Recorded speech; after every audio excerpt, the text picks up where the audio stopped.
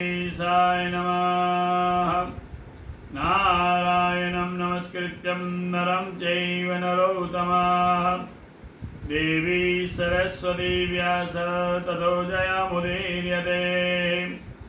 नमोऽस्तु अनन्ताय सहस्रमूर्ते सहस्रपादाक्षिसरोर्वावे सहस्रनाम्ने पुरुषाय सहस्रते सहस्रकोटियुगधारिणे नमः।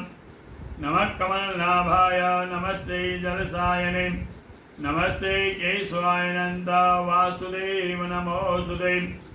वसुदेवं सुतं देवं कंसचाणूरमर्दनं देवकी परमानन्दं कृष्ण वन्दे जगद्गुरोः।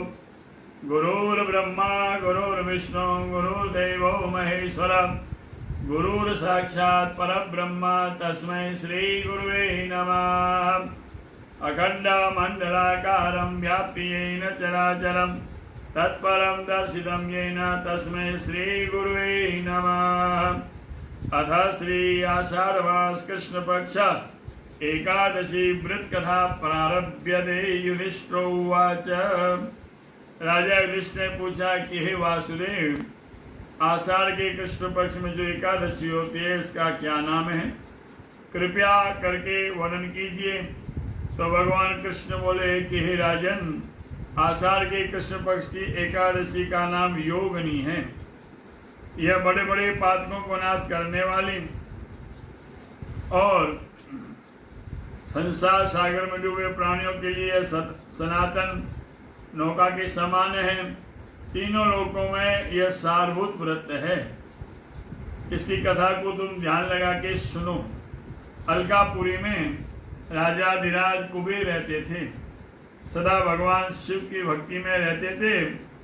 उनके यहाँ हेममाली नाम का यक्ष था, वह सेवक था जो पूजा के लिए हमेशा कमल का फूल लाया करता था। तो हेममाली ने पत्नी बड़ी सुंदरी थी, उसका नाम विशालाक्षी था। वो यक्ष कामपास में आबद्ध होकर सदा अपनी पत्नी में आसक्त रहता था। एक दिन की बात है, हेममाली मानसरोवर से पुष्प लाकर अपने घर में ही रह गया और पत्नी के प्रेम का रसास्वादन करने लगा। अतः कुबेर के भवन में न जा सका। इधर कुबेर मंदिर में बैठकर पूजा कर रहे थे। उन्होंने दोपहर तक पुष्प लाने की प्रतीक्षा की, इंतजार किया। जब पूजा का समय व्यतीत हो गया तो यक्षराज ने कुपित होकर सेवकों से पूछा, अरे यक्षों, दुरात्मा हेममाली क्यों नहीं आ रहा है, इस बात का पता लगाओ। यक्षों ने कहा, राजन, वह तो पत्नी की कामना में आसक्त होकर अपनी इच्छा के अनुसार अपने घर में ही रमण कर रहा है। उनकी बात को सुनकर कुबेर क्रोध में भर गए और तुरंत हेममाली को बुलाया। देर हो जाने पर हेममाली घबराता हुआ, डरता हुआ, व्याकुल होगा हुआ था। वह आकर कुबेर के सामने खड़ा हुआ, नमस्कार किया। उसे देखकर कुबेर की आंखें क्रोध में लाल हो गईं और बोले, अरे पापी, ओ दुष्टा दुराचारी, तूने भगवान की आलोचना की है। अतः क्रोध से युक्त होकर अपनी उस प्रेताम से विमुक्त हो जा, स्थान से भ्रष्ट होकर अनंतर चला जा। कुबेर के ऐसा कहने पर उस स्थान से निज पड़ा। उस समय उसके हृदय में महादुख हुआ और उसके शरीर में पूरी कोढ़ हो गई। कोढ़ों से सारा शरीर पीड़ित हो गया। परंतु भगवान शिव की पूजा के कारण स्मरण शक्ति दूर नहीं हुई। पातकों से दबा होने पर भी वो अपने पूर्व कर्म को याद रखता था। तदंतर इधर उधर घूमता हुआ पर्वतों में शेष मेरुगिरी के शिखर पर गया। वहाँ से तपस्या के पुंज मुनिवर मार्कंड ऋषि का दर्शन हुआ। पाप कर्मा यक्ष ने दूसरे ही मुनि के चरणों में नमस्कार किया। मुनिवर मार्कंडेय ने उसे भय से कांपते देखकर परोपकारी इच्छा से निकट बुलाकर कहा, तुझे कोढ़ कैसे हुई, ये तुझे कैसे रोग हुआ, तू क्यों इतना अधिक निंदनीय जान पड़ रहा है। तो यक्ष बोला, हे महामुने, मैं कुबेर का अनुचर सेवक हूँ, मेरा नाम हेममाली है। मैं प्रतिदिन मानसरोवर से कमल का पुष्प लाकर भगवान शिव की पूजा के समय कुबेर को दिया करता था। एक दिन अपनी पत्नी सहवास से सुख में फंस कर जाने के कारण मुझे समय का ज्ञान नहीं रहा।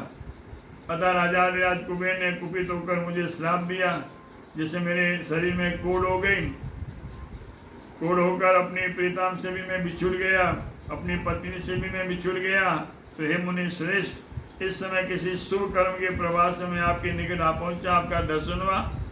संतों का चित्त स्वभावत परोपकार में लगा रहता है। यह जानकर मुझ अपराधी को कर्तव्य का उपदेश दीजिए। तो मार्कंडेय उवाचा, मार्कंडेय जी ने कहा, तुमने यह बहुत सच्ची बात कही है, असत्य नहीं बोला है, इसलिए मैं तुम्हें कल्याणप्रद व्रत का उपदेश देता हूँ। तुम आषाढ़ के कृष्ण पक्ष में योगिनी एकादशी का व्रत करो। इस व्रत के पुण्य से तुम्हारी कोढ़ निश्चय दूर हो जाएगी। तो भगवान श्री कृष्ण ने कहा कि हे राजन, ऋषि के वचनों को सुनकर हेममाली दंड की भांति मुनि के चरणों में गिर पड़ा। मुनि ने उसे उठाया, इससे उसको बड़ा हर्ष हुआ। तो मार्कंडेय जी के उपदेश से उन्हें योगिनी एकादशी का व्रत किया, जिसके उसके शरीर की कोढ़ दूर हो गई और पत्नी से मिलाप हो गया। मुनि के कथानुसार उस उत्तम व्रत का अनुष्ठान करने पर पूर्ण सुखी हो गया।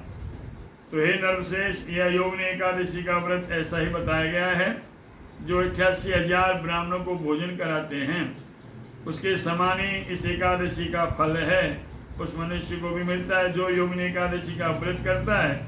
योगिनी महान पुण्य को शांत करने वाली, महान पुण्य फल देने वाली, इसके पढ़ने और सुनने से मनुष्य सब पापों से मुक्त हो जाता है। जय जय श्री आषाढ़ कृष्ण योगिनी एकादशी व्रत श्री कृष्णार्पणमस्तु। सुधर्मो राघवंशो अधर्मो दस्करञ्जनः एवं वदन्ति लोकानां यतो धर्मस्ततो जयः। तिथिवारं च नक्षत्रं योगं करणमेव च पंचांगं सुनते नित्यं गंगा स्नानम फलम लभेत। आज आए करके ठाकुर जी रे आषाढ़ कृष्ण पक्ष एकादशी बुधवार योगिनी एकादशी व्रत सर्वे सर्वाः कालवारस गुरुवार प्रदोष व्रत 13 शनिवार 13 शुक्रवार 14 शनिवार पितृ कार्य अमावस्या, अमावस्या रविवार देव कार्य अमावस्या, चंद्र दर्शन सोमवार। मंगलम भगवान विष्णु मंगलम गरुड़ध्वज मंगलम पुंडरीकाक्ष मंगलायस्तनो। हरि बोल कृष्ण कन्हैया लाल की जय। जय श्री कृष्ण।